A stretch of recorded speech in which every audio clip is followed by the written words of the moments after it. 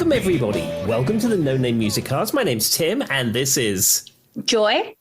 And we thought this week we would mix it up just a little bit at the top of the show. Now, we have been doing a tip of the week, tip of the day, but I thought, no more tip of the week, tip of the day, all that stuff. Whatever you call it. Yeah, we're going to go with concert stories. Now, maybe we might do this for a few episodes, so I don't know, just to mix it up. But what started this is that Joy has a very particular concert story that she would like to tell you. So, Joy, tell us about your concert story. All right, I got to bring it back to about 2002 when I bought my first. So this weekend, that's a joke. A certain Phil, will not be named, from the Freak Jam, commented on my pictures from this concert, asked if I was in 2002, and I said yes. What's the problem? So anyway, I went and saw Simple Plan and Sum 41. I'm going to be very honest with you guys. I'm not a very big Simple Plan fan. I like a lot of their songs, but they're not a band that speaks to me. I'm much more a Sum 41 fan. So me and one of my friends, she's been a best friend for a long time. She's big into Simple Plan. So she was super excited. We just wanted to go live our early 2000s pop punk life. We had Charlie make us custom t-shirts. True story. I'll post the picture. And we both were like, oh my God, that's the song with my t-shirt when it come on, as cliche as that is, but we both did it. It is what it is. So anyway, so we were very excited. We got to the concert, had a really good time. We managed to get, I told Tim this, and this is one of Tim's life advices. Whether you're playing the music or listening to the music, bring earplugs if you're going to be close. We were front row in the pit, living on my back hurt for 3 days afterward. that's not even a joke. That's true. So we made sure to bring our little earplugs so we didn't blow our eardrums. But yeah, we were living our best life, jumping up and down, having the time. So we went to leave the concert, and I've learned this. This might be a tip of the day without a tip of the day. If you're going to get an Uber, don't get an Uber from the venue you're at. So what they do is they raise the prices of areas where you have concerts, right, Tim? So like you're leaving like a PNC Arena or something. They know there's a Backstreet Boys concert. So in this case, we were leaving from the Sum 41 and Simple Plan concert. We were like, okay, we're just going to walk and find like a gas station and that kind of thing. We wanted to buy a drink anyway. And I don't mean alcohol. We just want like some water. So we were walking down the road. We couldn't really find anything. We're like, okay, well, let's keep going. And then I'm arguing with Jennifer. I'm like, we're going the opposite way at the hotel. So this is pointless. And Jennifer's like, and I don't know if you've ever tried to use the walk directions on Google navigation, Tim, but it's terrible. It never quite knows where you're at. So we're arguing which direction our hotel is at probably 12 a.m. We're probably not smart to be alone in Raleigh at this time, but, we lived. It's fine, Tim. Let us live. So we're just walking back. And out of nowhere, Jennifer goes, that's Pierre. And I was like, what do you mean? She's like, that is Pierre. And the lead singer of Simple Plan, there's no bodyguards, no nothing, just walks up. It's dark. We're the only ones around. And we're like, oh my God, that is him. So of course we're like trying to keep it cool. Bless her heart. Like I said, Jennifer was the bigger Simple Plan fan. So she kind of fangirled out, whereas I am always like the mother in the situation who keeps her cool. So I'm like, okay, I got this. And so honestly, he was just carrying a bag of fast food innocently. By the way, we did our research. Turns out he was getting Torches tacos, which apparently are really good and they're made fresh every day. It's a brand called Torches. And they make all these cool, from vegan to like fancy, like organic, whatever tacos. The cow was handmade yesterday, whatever you want to call it. I don't know how you make handmade cow, but yeah, apparently that's what he was getting, because when we posted the picture, people analyzed the food bag. So Jennifer was like, here's where it gets really bad, Tim. So Jennifer, she thought in her mind, I'm going to be quiet, right? There's probably other people who just went to that concert near us, and I don't want to scare him. So she went, hey, can I have a picture? But it wasn't like a normal whisper. It was like a weird whisper. And I could tell by his face, he's like, yeah. And I was like, so when Jennifer went to take the picture, I was like, my phone or your phone? Jennifer acted like she didn't know what a phone was. And he's just standing there staring at us. And I was like, I guess it's my phone. So you see the picture, he leans in and just gives a little thumbs up and then walks away. Well, we're like, okay. And I didn't want to bother him. You know what I mean? He already took one picture. He's just trying to get home with his tacos. I didn't want to bother him. So we're walking, and about 5 feet later, we just hear people screaming at the top of their lungs. So we know a group of other fans met up with. So we went on what's known as the elder millennial page, because now we're geriatric millennials. I fight that. But anyway, so Jennifer posted it. And like these people, she got recent, I don't know, went viral basically. Hundreds of thousands of people recent it. The guy who actually made the t-shirt Pierre was wearing was copied in it, and he was freaking out because he was wearing his t-shirt, and then the people found out what fast food he was holding in his hand. It was a whole event, y'all. And we walked off and we're like, he had no security. He had to think that Sum 41 concert was still going on. You know what I mean, Tim? And everybody was still inside, because where he's from the 2000s, he just looks like an average dude. If you didn't know that band, you wouldn't know him off the top of your head. No, I wouldn't know who he was. Exactly. So he probably thought he was in the clear. And I feel so bad because he definitely wasn't. He was walking directly into a venue that was just let loose of all of his fans.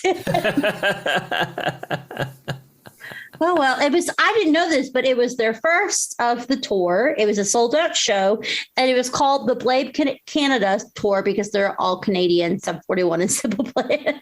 There you go. So there's him.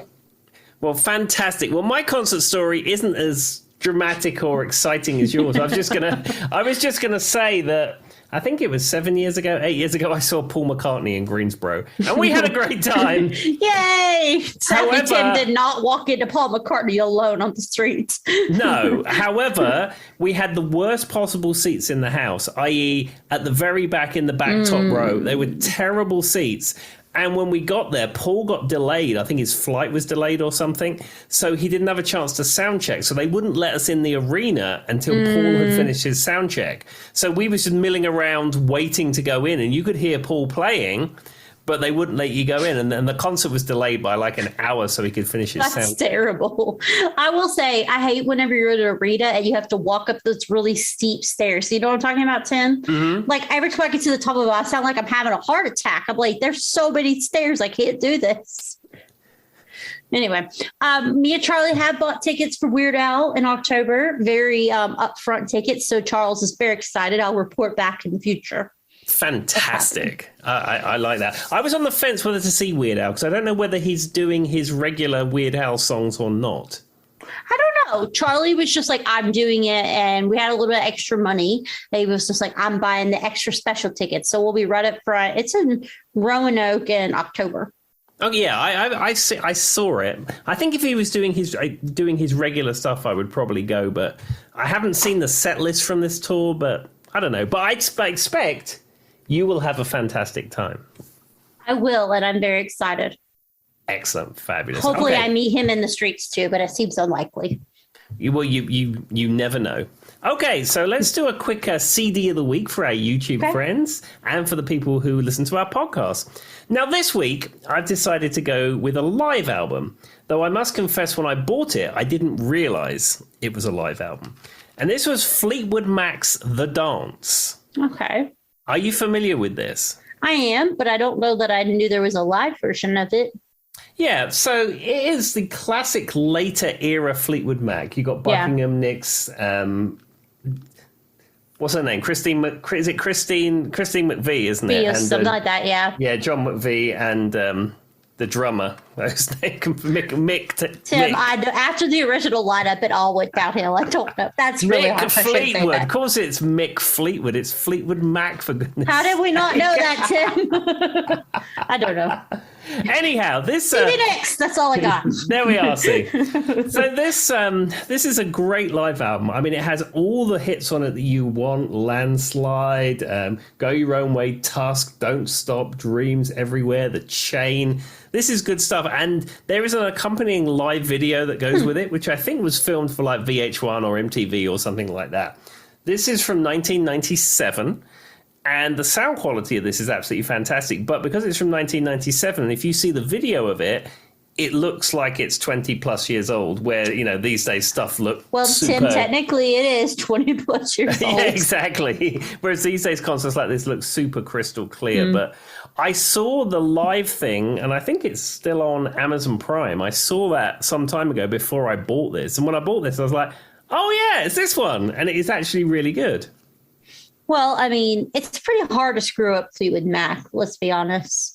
Yeah, I mean, you know, there's many eras of Fleetwood Mac, and the early Fleetwood Mac, the Peter Green Fleetwood Mac, is so like far removed from this. This is a completely different world. But I think of them in 3 different like eras, but maybe that's just me. Yeah, I think you're right. But for most people who know Fleetwood Mac, they know the Rhiannon and Dreams and stuff like that. Which is not bad. I love those songs too. They are all good. But yeah, I highly recommend you seek this out and have a listen. I love how the album is very classic, like what I imagine every Fleetwood Mac album to look like just the way that people in the cover look, and of course Stevie Nicks is in the middle just laying very lusciously. Well, of course, and what you probably can't see in the camera is that's actually she's laying across a piano, a white piano, very lusciously. That makes it even better, very lusciously. And of course, they're all in black and it's white. That's like the most stereotypical looking album cover for a Fleetwood Mac album I've ever heard. That's what I said. I got Stevie Nicks, Tim. I don't know about the rest. Well, there we go. As you know, that's something you like to shout out. It's true. This is true. We're working on merch. We're coming to you somewhere in your near city. Fantastic. Okay, everybody, that was our CD of the week. Yay. Okay, so this week, it's my turn to pick the topic. And I've been thinking about this for a while. And we've had lots of big topics. We did We Are the World. We did 90s Ladies of Country. We've done lots of different things recently. And I thought, well, I'm going to go through my music collection and I'm going to put together a collection of songs that are really important, yet have something that binds them together. Okay. So this week, I've decided to go with songs with fruit in them. Okay. I've just had an image of a banana dancing in my head, but continue. Well, originally this was going to be fruit and vegetables, but going through my iTunes library, I ran out of To be songs. Fair, I can think of more songs about fruit than I can of vegetables, so I understand. Yeah, I couldn't. I was trying to find an aubergine rocks, or I don't know. Oh, there's no broccoli, but I can find a banana or I guess a strawberry. Yeah, it was. So I'm going to call this one the fruit of rock and roll. Yeah, that's fair. Is there any fermented fruits? Are we going to red wine it at all? No, we're just going in for the strictly fruit. Okay, strictly fruit. We're not deviating. We're not deviating from the fruit at all. I mean, we deviate a lot this podcast, so that's up for debate. But continue. But in essence, I won't be deviating from my list of songs. All right, what's the first song, Tim? Okay, so I'm starting strong with the fruit of rock and roll. And this one is from 1967, from the Magical Mystery Tour soundtrack album. And this one is Strawberry Fields Forever by the Beatles. Which, when you said that, all I ever just think of it is the opening to that song. Every time someone says it, anytime I hear anything about Strawberry Field, I say Strawberry Fields for. That's a really bad version of it. No one judged me for that. But that's all I hear. Yeah, it's played on a Mellotron, which I think is something we've discussed previously on this podcast. And in fact, the Mellotron this is played on, I saw the actual thing at the Rock and Roll Hall of Fame in Cleveland last time I was there. That's kind of cool. I mean, so it's the one that it was originally played on? Yeah, it's the one from Paul McCartney's studio. I mean, I would want to touch it, but then they'd be like, no, don't touch it. So, well, no, it was in a Perspex plexiglass case type thing. For people like me who'd want to touch it. I mean, it's a great song. But you know what's interesting to me, Tim? We were having this fruit debate recently. So you know the whole thing about banana flavoring is not bananas you taste now. It's the bananas from the 50s they wiped out or whatever. You've heard that before, right? Mm-hmm. Yeah. Okay, so the banana flavoring of bananas do taste differently, but strawberry flavoring and strawberries taste different to me. I don't think they're the same. No, but if you get strawberries and you don't sweeten them, they are, in essence, ever so slightly bitter. Mm-hmm. They have a bittery kind of... I mean, they have a pleasant taste. I'm not big on strawberries, so... But what you recognize as strawberry flavor is like strawberries with tons and tons of sugar on it. And if you have a strawberry flavored thing, that's what it tastes of. It's almost like, when you have like a strawberry shortcake and it's like that almost jellified strawberry fake middle that you can get. Mm-hmm. That's kind of what strawberry flavoring tastes like to me. But see, I have a texture issue with strawberries. Like, I don't really like the outside texture of strawberries, though I'll eat them. Mm-hmm. Are flavorings in Europe very similar to flavorings in America? Like, if you get a strawberry flavored candy, is it the same that like I would get here? It's much the same idea, but I will say that most things here are too sweet or too salty. Mm-hmm. So if you get a strawberry flavored thing, it's going to be far sweeter than a European or UK one that you would get. You know what's interesting is I learned in like Japan and stuff, they cook. There's a big thing about Americans with our sweet, like our bread has a lot more sweet in it. And people come over here like, oh my God, this is really sweet. I had recently learned that a lot of Asian countries use a lot more sugar in their cooking too. And I only found that out because I was watching videos and I didn't have no clue. They like cook eggs and stuff with sugar. It was really weird. I don't think I'd like that, but it's just because of the flavor palette, like what they're used to. And I wonder whether that comes from being influenced by US culture. It could be. It could also be like Spam and like a lot of pork products are really popular and American cheese really popular in Asian countries. And I learned that is because during the war, we shipped a bunch of products over to them to keep them like to give them food. Mm-hmm. And a lot of them were our cheap, like Spam, American cheese, that kind of thing. So that's why pork products are so found in Asian culture foods. Interesting. It's a quick, easy, cheap pork protein substance, right? And it gives flavor. So pork products, American cheese is used a lot. And even there's like a thing in Korea, like during the Korean War, we gave them American cheese slices. They started adding it to the ramen, and now it's actually a common thing. There we go. And that was me hitting my keyboard, everybody. So there you go. Yes. See, we're friends now. In the past, I would have said, Joy, let's stop this record and do an edit. But now we just roll with it, and Joy knows that she's bashed the desk. To be fair, I just barely touched the keyboard, so we'll let it be, Tim. Well, back to Strawberry Fields Forever. I mean, it's a great Beatles song. I don't know how I got to talk about cheese and ramen, but... And it is, and it was like a park, a recreational area in Liverpool where... Paul McCartney and John Lennon grew up. And apparently Strawberry Fields doesn't exist anymore. I think it's a housing estate. Did it have actual strawberries there? Maybe. I don't know. Do strawberries just grow randomly in Europe?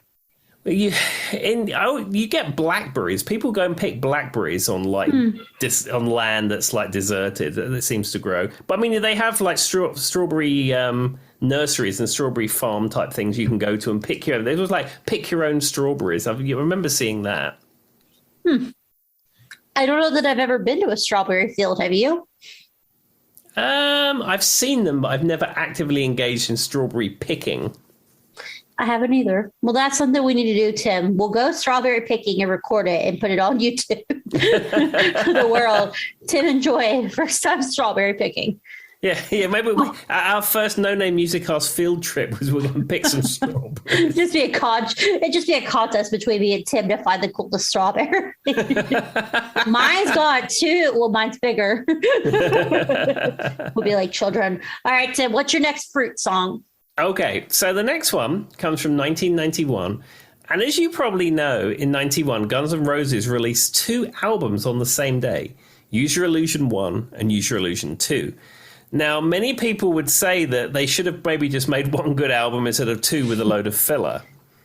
But it was unusual that an artist would release 2 albums in one day that wasn't a double. They were completely separate. You're still talking about it to this day, so maybe it got what it wanted. Yeah, they were completely separate. And I think now if you buy it, you can buy a best of CD of both or something. But I remember when I was at Lambton School, in Hounslow, obviously, for you bingo card listeners out there. The day it came out, my friend George from Utopia, the band I was in at school, he went out at lunchtime and went to Our Price Records, and he couldn't decide whether he wanted to buy one or two because that's all the money he had at the time. So he bought two, and then he brought it back to school, and then we listened to tracks from it, which was very, very exciting.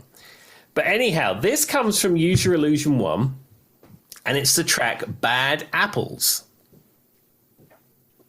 Okay, well, apples are fruit. Is there a reason that you love this song, Tim, or that you like this one particular from these two albums? Well, it has a really cool slide guitar part, which is played on a Travis Bean guitar. I wish I knew what that meant, but okay. A Travis Bean was a guitar that was made in the 70s, and it was unusual because the neck was made out of aluminium, not wood. Huh. Does it give it like a different like sound? The wood, does it echo the way it would? Or yeah, it has a very different way it resonates. And when they used to play it live on the Use Your Illusion tour, Slash would bring out the Travis Bean to play that particular song. Yeah, I've never heard of a Travis Bean guitar. Yeah, I think the company Ampeg in the end bought Travis Bean, but it's a very unusual. And then the headstock on it, the metal then forms a T at the top because it's a Travis Bean. Oh, okay. I see what you're saying. It's Travis. So is Travis Bean a person that is named after? I don't know. I don't know much about Travis and his various exploits through the ages. Tim didn't expect to be put on trial here. What's Travis Bean's name? Where did he come from? When was he born? He was born in 1953, and if it comes from a big family, I have no idea. Bean's not even his real last name, is it? I knew it. Seems kind of. I mean, I've heard the song once or twice, but it's not something that really sticks out to me. But I love apples. Apples are my favorite fruit. Tim, what's your favorite fruit? I think I'd have to say it's probably apples. I like getting those oranges, the ones that are like seedless mini orange things. They're mandarin oranges. Mandarins or cuties or whatever you want to call them, tangerines or whatever they're called. But I will say the apple for me is probably the king of the handheld fruits. And I never grew up as someone who's like, there's some people who absolutely love fruit. I don't. I'm not a huge hardcore fruit lover.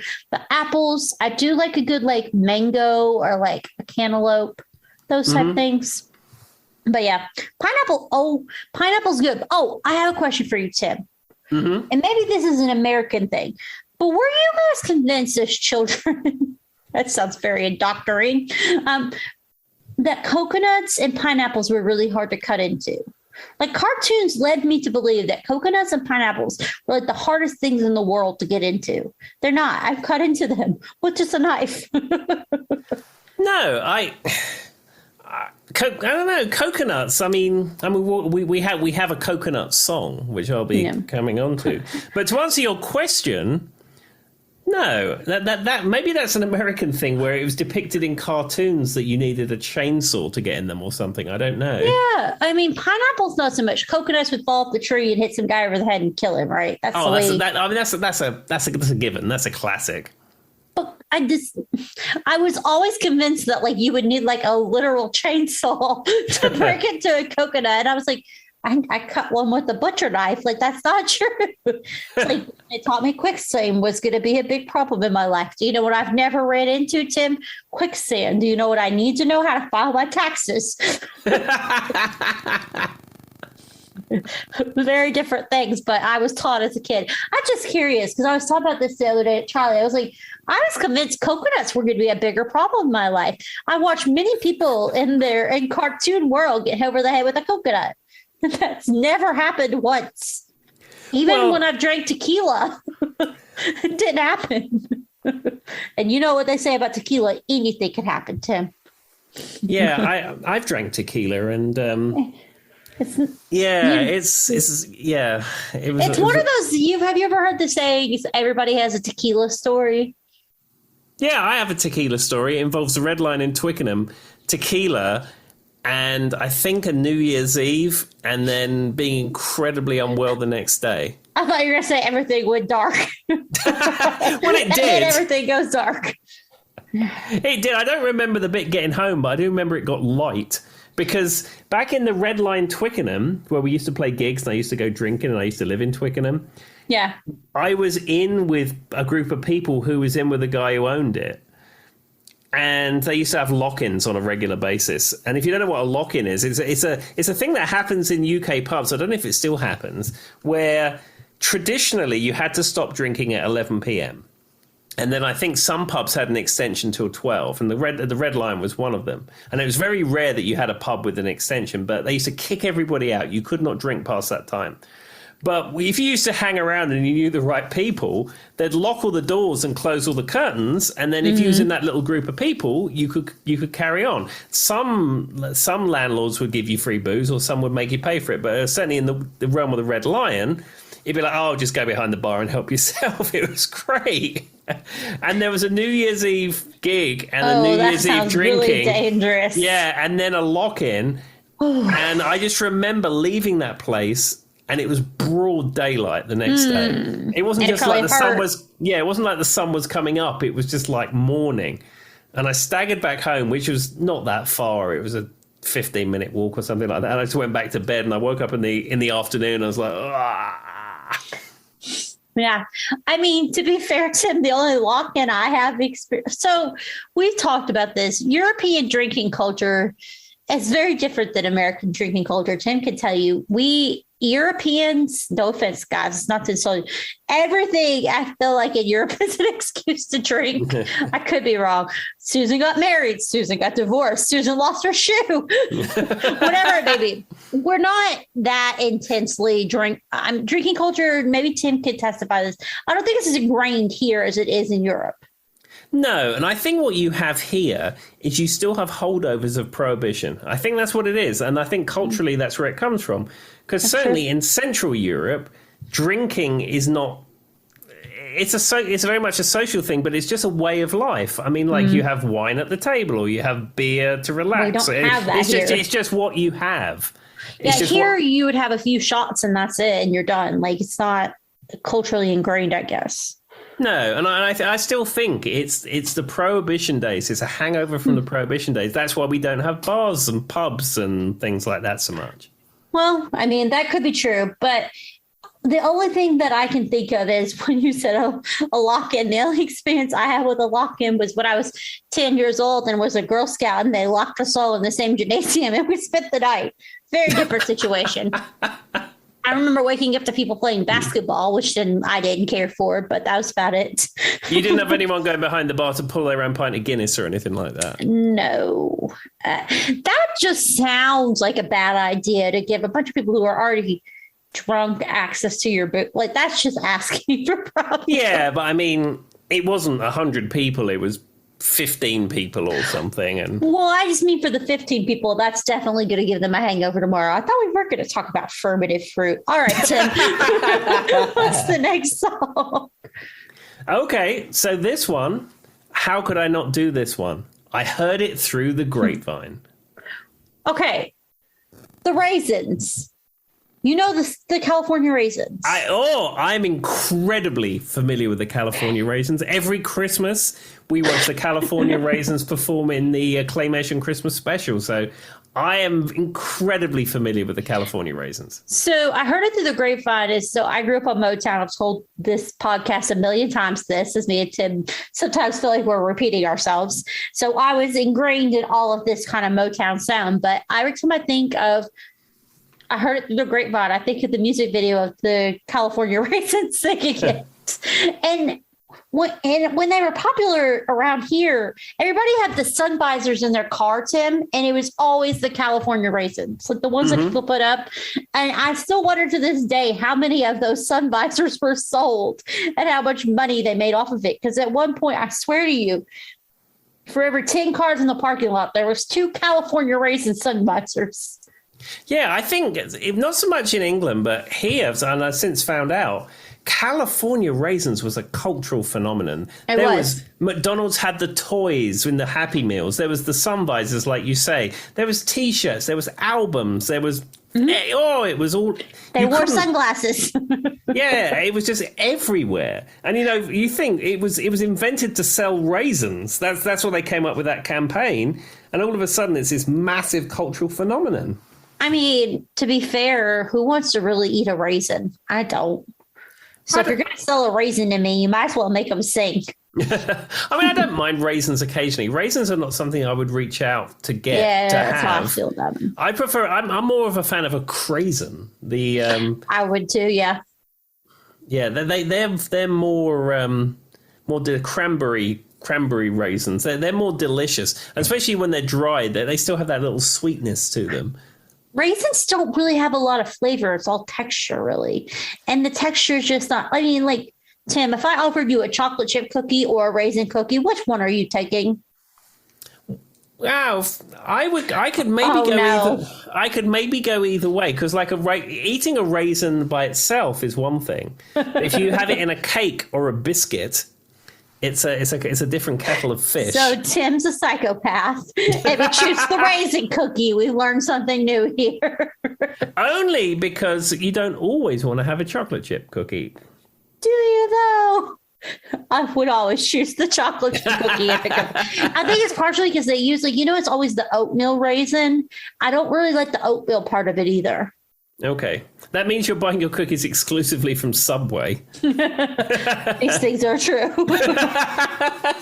You know as well as I do, it's very easy when you don't eat meat to get a sub with a bunch of veggies. Yeah, and then you think, what am I going to have? Oh, they're only 99 cents. I'll have one of those. Exactly. So I mean, it's very easy to for me. I like macadamia nut cookies though. Those are probably my top cookies, or snickerdoodle. Yeah, Hannah likes snickerdoodle. I'm not super big on snickerdoodle. Well, what's your top cookie then? There's one that Subway do, which is like a raspberry cheesecake something or other, which has white bits in it. I don't know what that is. That's the macadamia nut. Is that? Well, it's not nut. It's like it's like a white stuff, and it's nice. I don't know what it is. Well, if any of our fans are work at Subway, please let Tim on what his favorite cookie is. What I do is that when I practice with the band, often I'll go straight from work. So I'll go into Subway, I'll get a sandwich to eat and then take with me. And then I'll buy like 5 or 6 cookies for the guys just so we have them when we practice. So I normally just say, I'll give me a couple of each or something. So whatever that one is, that's the one I like. Tim provides his band with snacks, and that's why they still like him. Got it. Yeah, and also Mike, whose house we practice at, often his wife makes some fabulous home-baked goods. So, he brings that to the table sometimes, so I sometimes bring snacks along too. That's fair. You got to contribute, They're letting you use the house, you got to bring snacks. That's the way. That's how I allow people to come to my house, Tim. Strictly if they bring snacks. If they have snacks, they come in, and if not, they're going to have to leave. Bye. I don't even remember what song we were talking about. It was Heard It Through the Grapevine. Oh, yeah. Great. We were talking about raisins, California raisins. That's the one, yeah. I wonder how much money they made off of that whole thing.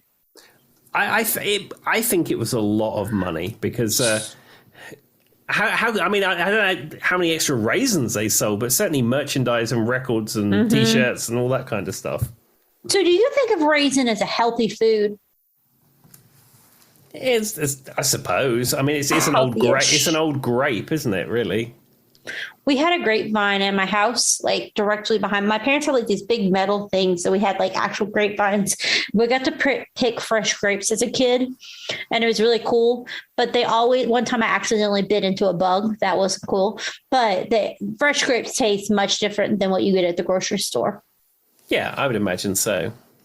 Yeah, but the time I bit a bug was very sad. To be fair, as a kid, how am I still alive, Tim? I never watched those grapes. I just pulled them off the grapevine, just eating them like it was nothing. I don't know what bug it was. Well, see, you have a strong and healthy immune system, Joy. That's what it is. I mean, yeah, that's true. That is true. But it makes you wonder, like, what the heck else did I eat around those grapes? We will never know. But I do love the song, back to the actual song we're supposed to be talking about. I mean, that's a classic song because it's obviously a play on, almost like the telephone game. I heard it through the grapevine. And the rhythm, like the way they play, the way they do rhyming in that song works so well. Because like rhyming is one of those hit or miss things when you're writing song lyrics. Like you can really do it well or you can really do it bad. But like I heard it through the grapevine. How much longer will you be mine? Like it's got a great rhyming pattern that makes like classic Motown. That's why it's probably one of the biggest Motown songs, maybe besides Ain't No Mountain High Enough. I think they both rank up as probably the top worldwide Motown songs. Sure. I mean, they are absolute classics, but Grapevine is just an amazing song. Plus, Raisins sang it. How much cooler can it get? I mean, there you go. You have Motown, and then you add Raisins, and then it becomes better. Dude, you guys heard it here first. It was actually not humans singing that song. It was only Raisins. A No Name Music Arts exclusive from 1967. There we are, ladies and gentlemen. Yes, those Raisins were real, Tim. All right, what's the next song? Okay, so this one comes from 1995, which I think breaks some theory that Joy has about my music taste, because I remember buying the album of this when it came out, and this is from the Presidents of the United States of America, and it's the song Peaches. Peaches. It's one of my favorites, Tim. I'm very excited that you knew this song. I do know this song. I have to say, so it's the only song I know from them. Would you call them one-hit wonders? Because I don't know anything else. They had a song called Bo Weevil. They had a song called Kitty. But were they popular, or did you just know them because they were on the album? I bought this album on the strength of this song. Okay, that's fair. Because peaches come in a can. They were put there by a man who works at a factory downtown. Yeah. And if I had my little way, I'd eat peaches every day. And Tim's going to move to the country and eat a lot of peaches, everyone. Exactly. What's interesting about this band is that they had an odd relationship with the amount of strings on their instruments, because the bass player, I think, had 2 strings and the guitarist had 3 strings, and they tuned them wacky. And that's how they got that sound. It's a very unique sound that they had. It is. Well, and it's one of those songs that is distinctly in. Now I realize that you're saying that. That's why. Because like we're making the joke about moving to the country, but it had a very distinct sound to the, oh wow, I didn't know that, but now it all makes sense, Tim. My brain's going off. Did they ever talk about it? Like, was there a reason, or was it just to make the sound, or? I don't know. I mean, I read an interview with them in a guitar magazine around that time, and they were talking, and they had names for their instruments. It was like a tutar or something, or a git bass or something like that. But I think it was purely just done to make it sound unique, and it does sound unique because you can't play that on a regular guitar or bass, and it won't sound like that. But have you heard that the riffs are there's riffs in it that are stolen from a different, I don't want to say stolen, but covered from another song? I didn't know that, but it wouldn't surprise me. Bad Company's Feel Like Making Love. It's actively admitted. Hold on. Google it. I'm not crazy. I read a thing about it. It's literally like that there's riffs in the song that are based off of Bad Company. That's a great song. I've played that song many times. But I don't hear it. I don't know how it plays into it. It's just something that I've heard. Yeah, and it's in a different key, I would imagine. It's hard to tell. You'd have to look up like the chord progressions and just kind of match them up. But that's what they said. They openly admitted that it is a play on Feel Like Making Love, which is a fantastic song. But I guess if they had the different instruments and they did the weird things, the strings, and they changed the key, it would be really hard for the ear to notice. That is very true. But I will say, as I may have mentioned on here before, I did an album project with my friend Kirk Farmer, and then like you've got 12 songs to record, and then like you've probably burnt out all your licks doing solos, and then you get to like the 7th song and you end up finding an obscure David Hasselhoff song and think, right, I'll just play the guitar solo from that and put it in a different key. No one will ever know. I mean, to be fair, that's probably what they did. I love that song. That is one of my favorite songs, so I'm glad that it was included, though I haven't thought about it in a long time. It's one of those songs, though, every time I hear it, I get instantly happy. Yeah, it is a great song. It's an absolutely fantastic song. Though, away from our fruit topic, on the way home from work today, I did listen to the Hulk Hogan song Real American 3 times in a row. I'm just saying, that is a great song, but that doesn't have any fruit in it. I mean, We don't expect anything less from you, Tim. We don't expect anything less. That's all I can give you. I normally only watch the video for that on the 4th of July because it's absolutely absurd. Is there anything that man has done that's not absolutely absurd? Well, so I understand Hulkamania is still running wild. That's what I've been told. Lord help us. All right. So moving away from peaches, what is our next fruit? Okay, so this is a topic that's come up on the podcast, and how could I not have a fruit-based episode and not have something by Bananarama? It's Bananarama. Bananarama. Throw back to a few episodes ago, everyone. All right, what song are you going with, Tim? Well, I'm going with "Cruel Summer," which was a classic pop hit of theirs when they were big. But most importantly, it appears in a season 3 Knight Rider episode. So I think of that because I have a different TV show. There was a show that came out a few years back. Well, maybe a year and a half ago. It was Cruel Summer. That's what it's called. And it was like a murder mystery. And that's all I can think of when I hear that now. But what I like about that song is the sound of her voice when she's singing. It's so cruel, cruel. She's got a really almost kind of melancholy sound to her voice that works really well for A Cruel Summer.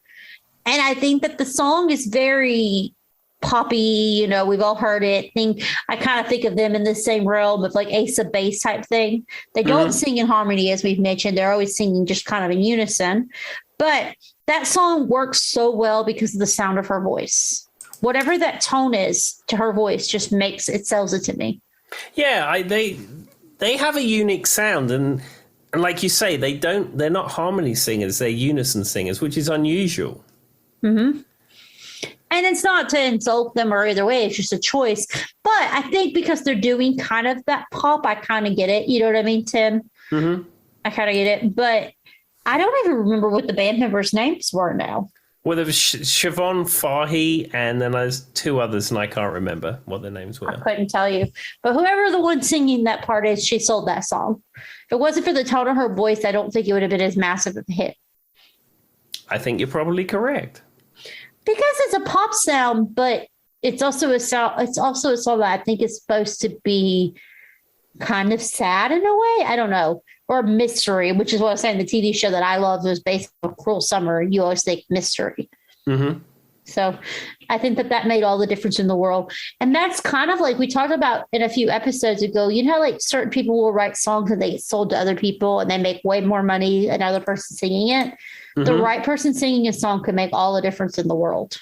Oh, 100%. Because I mean, you get things where songs have been written for one artist and then another artist does it, and then that is the definitive version. And it's not to insult the first one. It's just because they could be very good singers, but certain voices work so well. I mean, I love, we talk about Johnny Cash versus 9 Inch Nails. That the newer I Hurt Myself Today with Johnny Cash saying those lines. Oh my God, Tim. Like he was speaking from a different level of his soul right after his wife had passed away that you just didn't get in the original. Yeah, 100%. And it's not to insult 9 Inch Nails. They're great. And I like their version too, but he just killed it. So just because it's not the original doesn't always mean I don't want to say the original is not always the best, but someone else can really make a difference in the way the song is interpreted. Absolutely. 100%. Now I have Johnny Cash going to hurt in my ears, but anyway. That was one. Did you ever see the video to that, Tim? I think I've seen that. Yeah. It was one of the saddest videos I've ever, because you remember if his wife had just passed away. Sure. Man, I've never seen a more hurt person. Oh God, that was not a joke. Like the song was named Hurt. Anyway, continue, Tim. I feel guilty saying that. Well, let's lighten the mood, Joy. Let's move on to our next fruit-based song. Like that. This is a comedy podcast, Tim, slightly about music. What's the next one? All right, the next one comes from 1988, and this comes from our friends REM, and this is Orange Crush. Oh gosh, I haven't thought about that song in a long time, Tim. Yeah, it's I'm not a big REM fan. I recently picked up a copy of Automatic for the People and actually remembered how great it was when you listened to it beginning to end. Yeah. But I'm probably more of a greatest hits fan of REM. I'm not super into them. But I don't know. Orange Crush is a great song. I've just always wondered what it's about. Because it's like, I've got my Spud, I've got my Orange Crush. Is he saying he's got his nerve? And he's got a soda? I've never quite gotten it. Maybe it's drugs or something. I don't know. His Orange Crush code for drugs. Does anyone know? Because Tim and me, we don't know. I'm going to Urban Dictionary it. Let's see. Urban Dictionary. Let's see if Orange Crush means anything. Hot off the presses, everyone. Go on, Joy. Give it a goog. Let's see. Orange Crush. Oh, it's a type of weed. Well, there you go. Okay. Well, it's not as exciting. It's not that exciting of a drug. A type of weed with little red hairs in it. There you go. Apparently that's called Orange Crush. There we are. So there we are, ladies and gentlemen. That's been confirmed tonight on the No Name Music Cast. I don't know what to think about thinking. And now I'm trying to think of the song. So I've got my weed and I've got my spine. Still not sure I understand what it means, Tim, but I'll go with it. Okay. Well, there we are. I mean, at least at last we have some clarity on this. And if me and Tim ever are on trivia and someone goes, what type of drug is known as Orange Crush? We now know. There we are, see. Absolutely fantastic. and in the realm of crushes, there's a lot of rock and roll fruit crushes, let me tell you, because we go from Orange Crush straight into Lemon Crush, which is Prince from the Batman soundtrack. Which is, Tim's talked about his love for this specific Batman soundtrack before, but Prince can't do any wrong, really, for me. So, of course, I need to think about the song. So here's my question, Tim. Are you a lemon or a lime person? It depends. I'm probably lemon. Though sometimes if you have lemon and lime, that really does mix it up. But it depends depends what you're doing with your lemon, and depends what you're doing with your lime. If you're it'd be unlikely for you to just be consuming lemon or lime as they are. Maybe you would have a piece of lemon on a dish that you would be eating. Or maybe you'd have a drink with a little piece of lime in it. So the way I think of it is I think lemon does well in more like a lemon key lime pie. Whereas like if I'm eating like a Mexican taco with like a garnish on it or something, I want more of a lime flavor. Yeah, I must say I do like a key lime pie. I do like a key lime pie, and though. The best key lime pie isn't even key lime pie. The best key lime pie is key lime pie cheesecake from Cheesecake Factory. I knew that was coming. Though Tim did find key lime pie in a vending machine once. I did. I can tell you exactly where it is. It's as you go on 81 towards Tennessee and you cross into Tennessee. It's the Tennessee Welcome Center, and they have a litany of vending machines in there. Everything you want in the realm of vending is available in there. Drinks, snacks, hot drinks, cold drinks, hot snacks, you name it. But they have a vending machine in there that had pies in it. And I'm not just talking like a chocolate pie that you could keep at room temperature. They would have a frozen key lime pie, and they also had an Oreo pie in a vending machine. Tim, I just had a revelation. I know our next business venture. We're going to start our own vending machine, and when someone selects lemon crush just plays. And then like if someone selects strawberry, it'll be strawberry fields forever, like a strawberry pie. Or I wanted to be like wine, but you can't really sell that. I was thinking red wine. That doesn't work. But there's our next business venture. I think of other things that would put the lime in the coconut. It's a coconut theme song. I don't know. What else? Okay. So every song that Tim comes up with, me and Tim are going to start a vending machine and just put No Name Music Cast logo on the top. And when you select the fruit or the vegetable, not vegetable, we said no vegetables. We said the fruit-related dessert, it plays the song. I feel like we couldn't buy the rights if we tried. What an amazing business venture this is. I literally cannot wait to The only thing Tim can afford is him playing a version on his guitar and Joy playing a very whacked out version on her ukulele. And even then, we probably still get sued. Oh my God. That's what I think. There we go. That's the business future. Like, could you imagine though if you like pushed the key lime pie, Tim, and a song just started playing?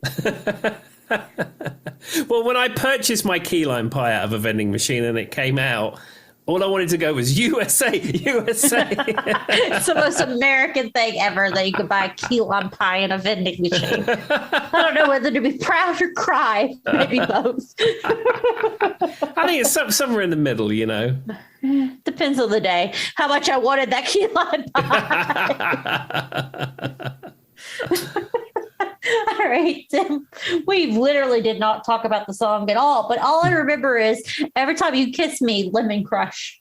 There we That's are. all I remember from the song. Close enough. Anyway, all right. What's the next song? Okay. So in the subject of pies, this is probably the premier rock and roll pie.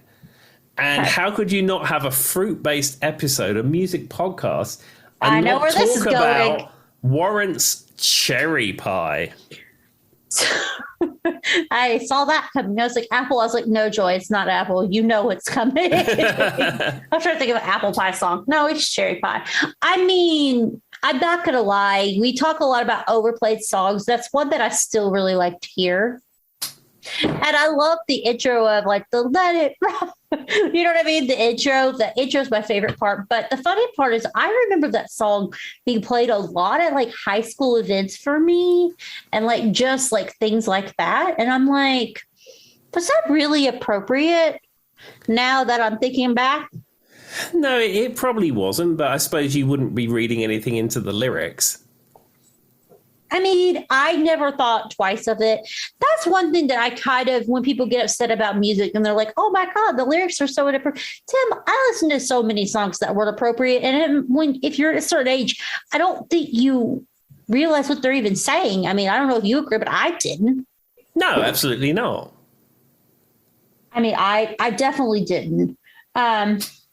And so that's probably why it was acceptable. Also, we're in Southwest Virginia. It plays a lot into that kind of 80s hair band thing that's really popular around here in the South. Mm-hmm. And it's cliche and it's a little gross, but I do like it. The interesting thing about the song Cherry Pie is that the guitar playing is played by Kip Winger, by Winger, not by the guitarist Susan Warrant. Is there a reason why?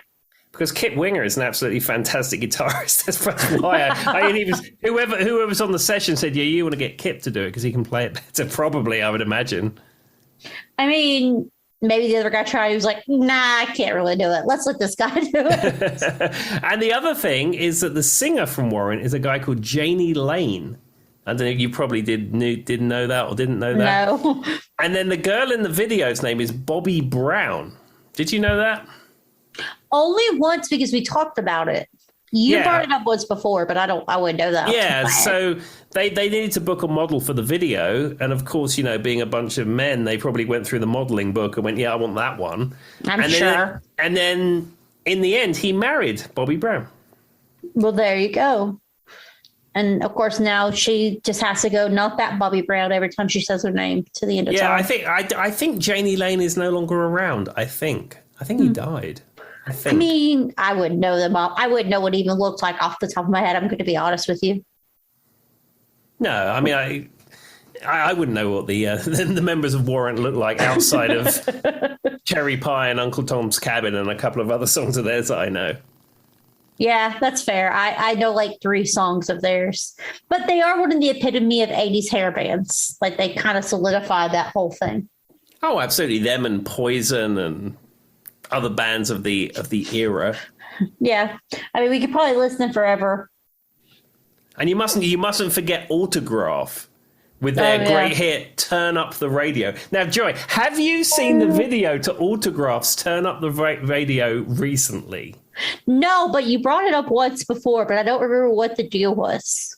You have to see it. It's because they had a pencil endorsement deal. That's why. That's what you said. Okay, I remember you talking about this. When we get off this, Tim, send it to me and I'll look at it. I need to see this for There's real. a bit when they're singing the line goes, turn up the radio. And he's walking along with a pocket radio by his hand and he's turning it up as he's walking along. It is fantastic. I mean, it's a great song, so I kind of love that. Have you ever watched Tim? And this is a far-fetched idea that Tim would have watched this movie, but sometimes he surprises us all. Have you ever watched Hot Tub Time Machine? No, I've heard of it, but I've never seen it. So they do it's a whole thing about 80s hair bands in it, so you probably should watch it. But when it first starts, all you hear is turn up, because what they're doing is they're going back in time into the 80s, and it's a Poison concert, and so there's a bunch of music leading into it. You'd actually probably find this one kind of funny because it's a play on the 80s thing. But yeah, when they're first starting, it goes turn up the radio. That's how it enters. And then at the end, when they go back, because they time traveled, so they kind of changed the ability of time, and then what's his face becomes the lead singer of Poison. That's where he puts himself in. But anyway, and then one of them writes the song from the Black Eyed Peas. But yeah, you should actually, Tim, I'm going to give you, if you have a moment and you're not watching Knight Rider and you want to be brave, I actually think you'd find Hot Tub Time Machine funny because they go back to the 80s. I mean, that would be perfect. I would like to go back to 1982. I mean, I was there in the first instance, but I'd like to experience it again with hindsight. Well, there you go. You can watch that and think about it through their lenses because they're going to a Poison concert. All right. What's the next fruit song? Okay, so I'm gonna do two more fruit songs before we wrap up this episode that hasn't been a lot about music. We've covered a lot of topics. Most of them are nothing to do with these songs that I picked, but that's what you buy into with this podcast, ladies and gentlemen. They're here for the fun, Tim. They're just here for the fun. Exactly. All right. So this one is by Kid Creole and the Coconuts. Are you familiar with Kid Creole and the Coconuts? I don't think so. Annie, I'm Not Your Daddy. You're not familiar with None that? of those words sound even remote. Wait, what?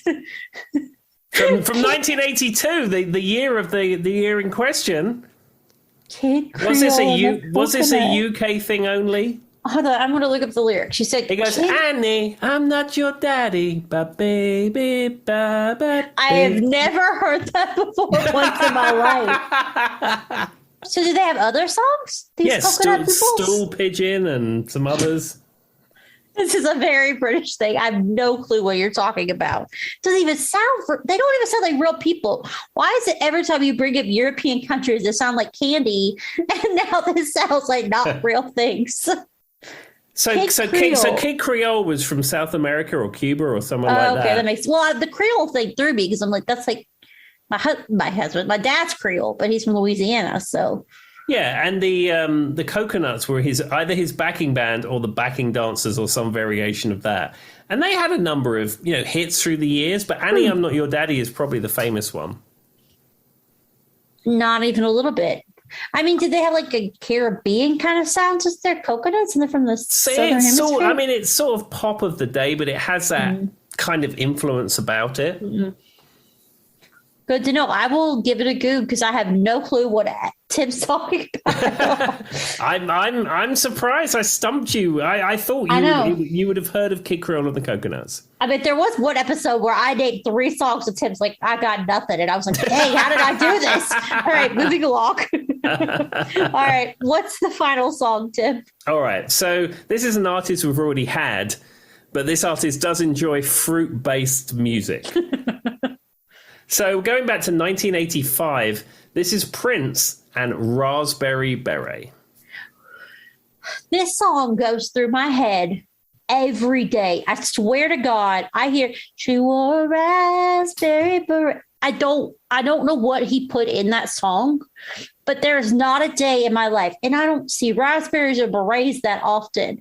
But for some reason, it's just that part, and it's always the if it were warm, she wouldn't wear much more. For some reason, that line goes through my head. And I don't know. He does say something about down by Old Man Johnson's farm. They're riding on a motorcycle, right? Mm-hmm. So I always just have a picture of somebody wearing a raspberry beret and a white tank top and jean shorts on the back of Prince's motorcycle, and that's the song that's playing. Don't know why, but that song, Tim, it's like it's the biggest earworm of all earworms. I hear it like every day. Even if I don't hear it, my brain hears it. And the thing is, the raspberry beret is the kind you would find in a second-hand store. Told you it. If it was warm, she wouldn't wear much more. And then every time I hear down by Old Man Johnson's farm, I don't know, Tim. I can't get that song out of my head. Now, I love Prince, but that song specifically is probably one of my favorite. Kiss is also up there. I feel like he probably had other songs about fruits. He seems like somebody who would be a fruit person. Yeah, probably my favorite Prince song is Sign of the Times, but that is not fruit-based. It is not, but it's a great song. Mm-hmm. And we've confessed our love to Prince many times on this, and me and Tim are very jealous because he was a virtuoso who could literally do anything. I swear to you, could like hand him an instrument, he just like, I got it. He's never seen it before in his life. Be fine. Sure. I'll figure it out. And like I said, he not only could he play all these instruments, he was virtuoso grade on almost all of them. Yeah. And he was creating all this music basically in a vacuum. And that's because he's not collaborating with people. It's all just that music is in his head. And he wrote songs for how many other artists? Produced songs for other artists? Unbelievable. I mean, like Manic Monday, he wrote that for the Bangles. I'm sure if I sat here and thought about it, there's like 17 songs we've talked before that he's either collaborating. The thing about it is, and what I find very interesting about him is he was such a private person and he did everything so exclusively that it only, because a lot of times, and Tim can testify to this being in band stuff, music tends to be collaborative process for most people. Mm-hmm. Like it's usually not. So the fact that he was able to just sit there and write all the parts, write the guitar part, write the bass part, write the piano part, write the drum part, right? Like he did it all himself. It's crazy. Yeah, it's completely amazing. And that's the massive tragedy of the fact that we don't have Prince anymore. I know. The other thing that I think of all the time is Raspberry Beret, but I also think Electric Thing Called Life. Let's go crazy. One. Yep, it goes through my head every day. I always think, don't let the elevator go down. And so that one always goes through my head. But I will say, of any song, Raspberry Beret plays in my head weekly till I die. I don't know. Something about it. Prince wrote a great song. He did. Like every other song. Shocking, exactly. Tim. Exactly. All right, and with that hot take, I guess we'll end it here. Tim, do we have something we want to remind the people of for next week? Yes, we did an episode 2 episodes ago. And Joy, tell us about the follow-up. So what is happening is Tim told us about the end of the world, and we discovered the difference between meteors and meteorites and what music he would listen to. And I thought it'd be cool as if we focus on each person instead of going back and forth for the episode. So coming up next week, I will give my 10 songs as if the world were ending and come up with a new scenario like a volcano erupting or something for us to base it off of, and we'll just put out why I would like to hear those songs. There we are. So that's exclusive because we don't normally reveal what's coming up on the next episode. So there we are. You will know what's happening next week on the No Name Music Cast. And with that, there's your very vague episode about fruit. Bye. See you later. Bye-bye.